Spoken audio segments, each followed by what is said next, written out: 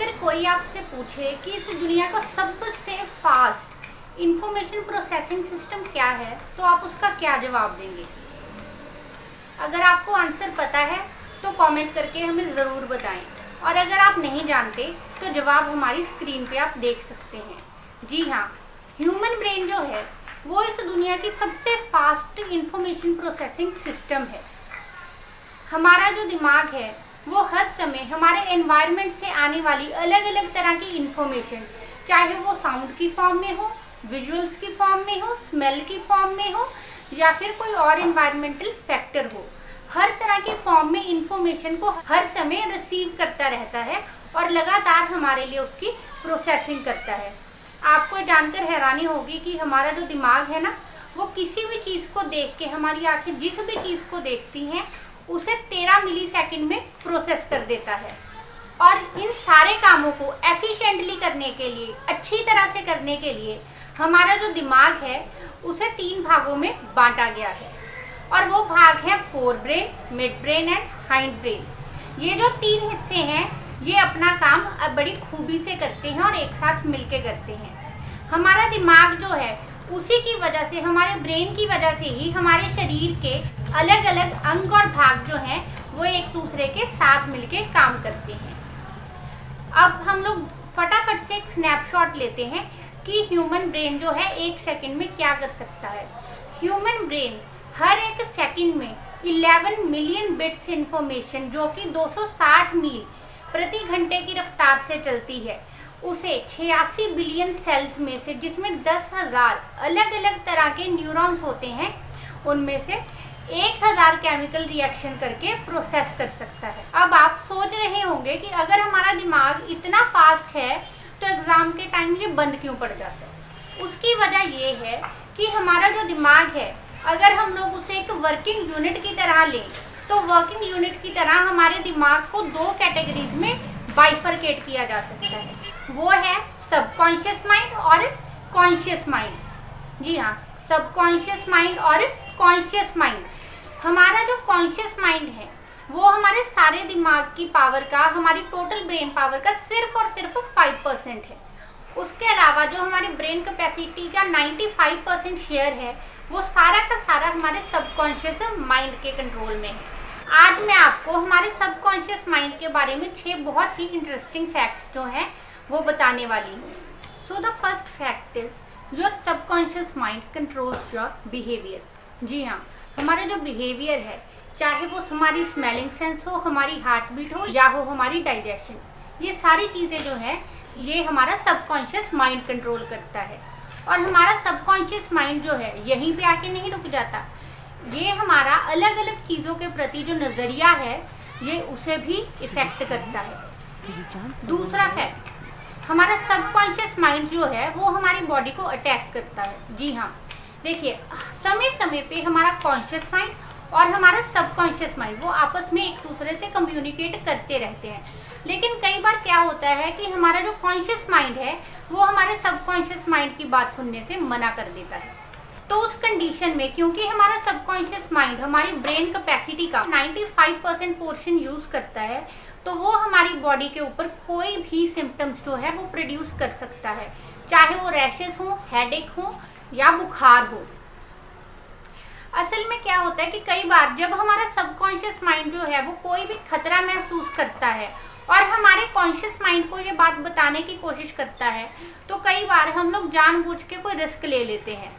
कई बार हम सोचते हैं कि शायद हम ऐसा कर ले तो हमें फ़ायदा हो जाएगा, ऐसा कर ले तो हमें फ़ायदा हो जाएगा, तो उन कंडीशंस में हम लोग रिस्क लेने लग जाते हैं। वो काम करता है हमारा कॉन्शियस माइंड। लेकिन हमारा सबकॉन्शियस माइंड जो है वो इन सारी चीज़ों को फील करता है कि हमारे लिए कहाँ पे खतरा है।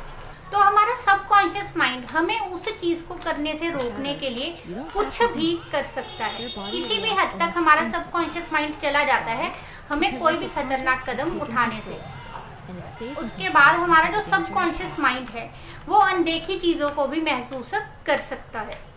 आपने कभी ऐसा महसूस किया है कि आपके साथ कोई घटना हुई हो और आपने सोचा हो कि अरे यार, ये तो मैंने सपने में देखा था, या फिर ऐसा तो मेरे साथ पहले भी हो चुका है?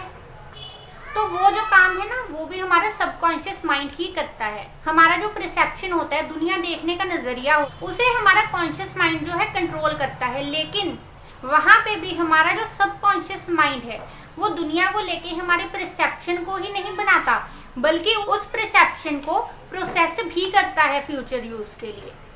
तो उसी इंफॉर्मेशन की प्रोसेसिंग की वजह से जो हमारा सबकॉन्शियस माइंड है वो हमारे आने वाले बहुत जल्दी घटने वाली घटनाओं का भी पता लगा लेता है।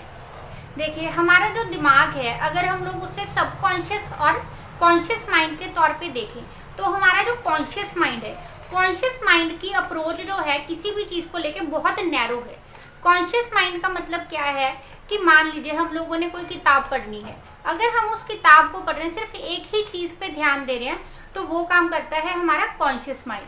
लेकिन हमारा जो सबकॉन्शियस माइंड है, सबकॉन्शियस माइंड का जो अप्रोच है दुनिया को लेके वो बहुत ब्रॉड है।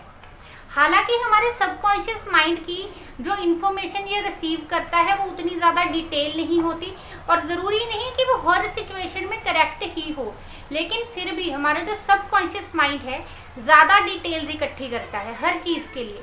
इसी वजह से हमारा जो सबकॉन्शियस माइंड है वो हमें ज़्यादा इन्फॉर्मेशन देता है।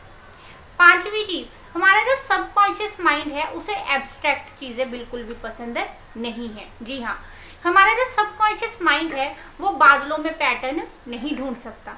हमारा सबकॉन्शियस माइंड जो है वो कभी भी किसी बादल को देख के ये नहीं बता सकता कि ये चिड़िया जैसा लग रहा है या फूल जैसा लग रहा है या घर जैसा लग रहा है। वो काम करता है हमारा कॉन्शियस माइंड। हमारा जो सबकॉन्शियस माइंड है, इसीलिए इसे कंप्यूटर भी बोला जाता है। इसकी तुलना कंप्यूटर से क्यों करते हैं?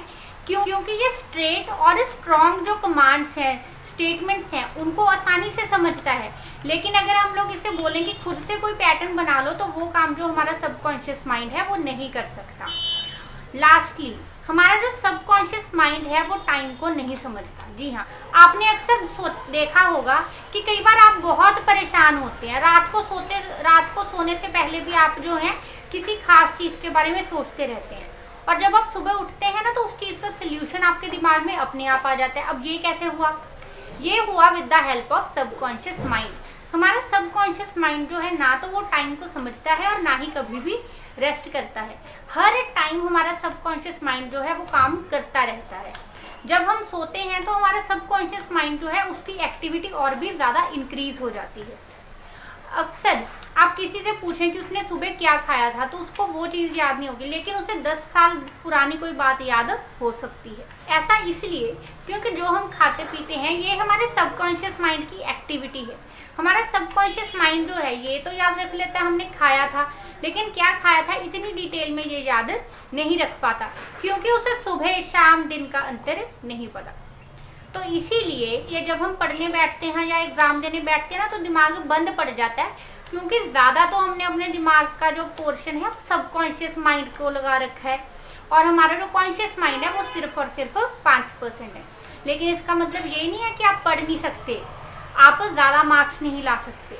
अगर आप अपने सबकॉन्शियस माइंड को ट्रेन कर लें कि भाई तुमने भी पढ़ना ही है, तो सबकॉन्शियस माइंड जो है अगर वो अनदेखी चीज़ों का पता लगा सकता है, दुनिया की हर छोटी से छोटी डिटेल याद रख सकता है, तो सोचिए जब वो पढ़ाई में आपके साथ लग जाएगा तो क्या कमाल होगी। उसके बाद अब हम चलते हैं अपने नेक्स्ट टॉपिक पे, वो ये कि हमारा दिमाग इतनी सारी इन्फॉर्मेशन को कलेक्ट करता कैसे है। हमारा दिमाग हमारे आसपास की एनवायरनमेंट से सारी की सारी इन्फॉर्मेशन कलेक्ट करता है with the help of special type of cells called neurons. Neurons जो हैं वो ह्यूमन बॉडी के सबसे लॉन्गेस्ट सेल्स में से एक हैं।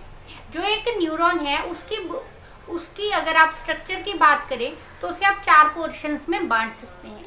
ये जो आपको भी स्क्रीन पे दिख रहे हैं ये हैं डेंड्राइट्स। ये जो डेंड्राइट्स हैं ये आसपास की एनवायरनमेंट से सारी की सारी इन्फॉर्मेशन को कलेक्ट करते हैं। डेंड्राइट्स जो हैं इन्फॉर्मेशन को इकट्ठा करते हैं, कॉन्सेंट्रेट करते हैं सेल बॉडी में।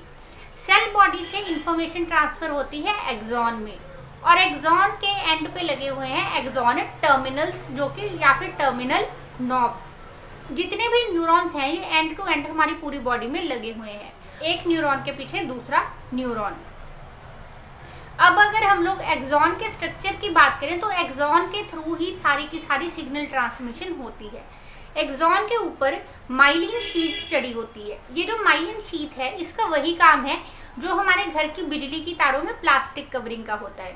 जैसे प्लास्टिक कवरिंग जो है वो करंट को हमारे घर में फैलने नहीं ना देती, वैसे ही ये जो माइलिन शीट है हमारे न्यूरॉन ने जो भी सिग्नल रिसीव किया है ये उसे आसपास के एनवायरनमेंट में डिफ्यूजन नहीं होने देती। उसके अलावा आपको माइलिन शीट में ये छोटे छोटे ब्रेक्स दिख रहे हैं। ये जो ब्रेक्स हैं इनको बोला जाता है नोड्स ऑफ रैनवियर।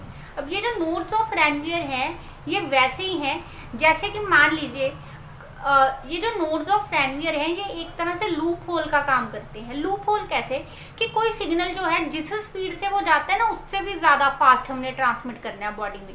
तो सिग्नल जो है इलेक्ट्रिकल इम्पल्स जो है वो एक्सॉन से पूरे के पूरे एक्सॉन से ट्रैवल करने की जगह नोड से नोड, एक रैनवियर नोड से दूसरी नोड से तीसरी नोड, इस तरह से ट्रैवल करेगा। और इस तरह से ट्रैवल होता होता जो इलेक्ट्रिकल इम्पल्स है वो पहुंच जाएगा टर्मिनल नॉब्स पे। अब ये जो टर्मिनल नॉब्स हैं, एक न्यूरॉन की टर्मिनल नॉब दूसरे न्यूरॉन के डेंड्राइट्स के कांटेक्ट में है, जैसे कि आप अभी स्क्रीन पे देख रहे हैं। तो यहाँ पे इन दोनों ही न्यूरॉन्स के बीच में जो प्रीसीडिंग सेल है उसके टर्मिनल नॉब्स में और जो रिसीविंग सेल है, सक्सेसर सेल है, उसके डेंड्राइट्स में केमिकल मैसेंजर्स के थ्रू जो सिग्नल है उसका ट्रांसफर हो जाता है। तो इस तरह से न्यूरॉन्स की हेल्प से हमारी पूरी की पूरी बॉडी से इंफॉर्मेशन जो है वो हमारे ब्रेन तक पहुंचती है और ब्रेन से वापस प्रोसेस होके हमारी बॉडी तक और टारगेट ऑर्गन की तरफ। तो आज के लिए बस इतना ही। अगर आपको ये इन्फॉर्मेशन यूजफुल लगी है तो इस वीडियो को लाइक करें, अपने दोस्तों में शेयर करें और हमारे चैनल ओपेरिनिस्टिक को सब्सक्राइब ज़रूर करें। Thank you very much.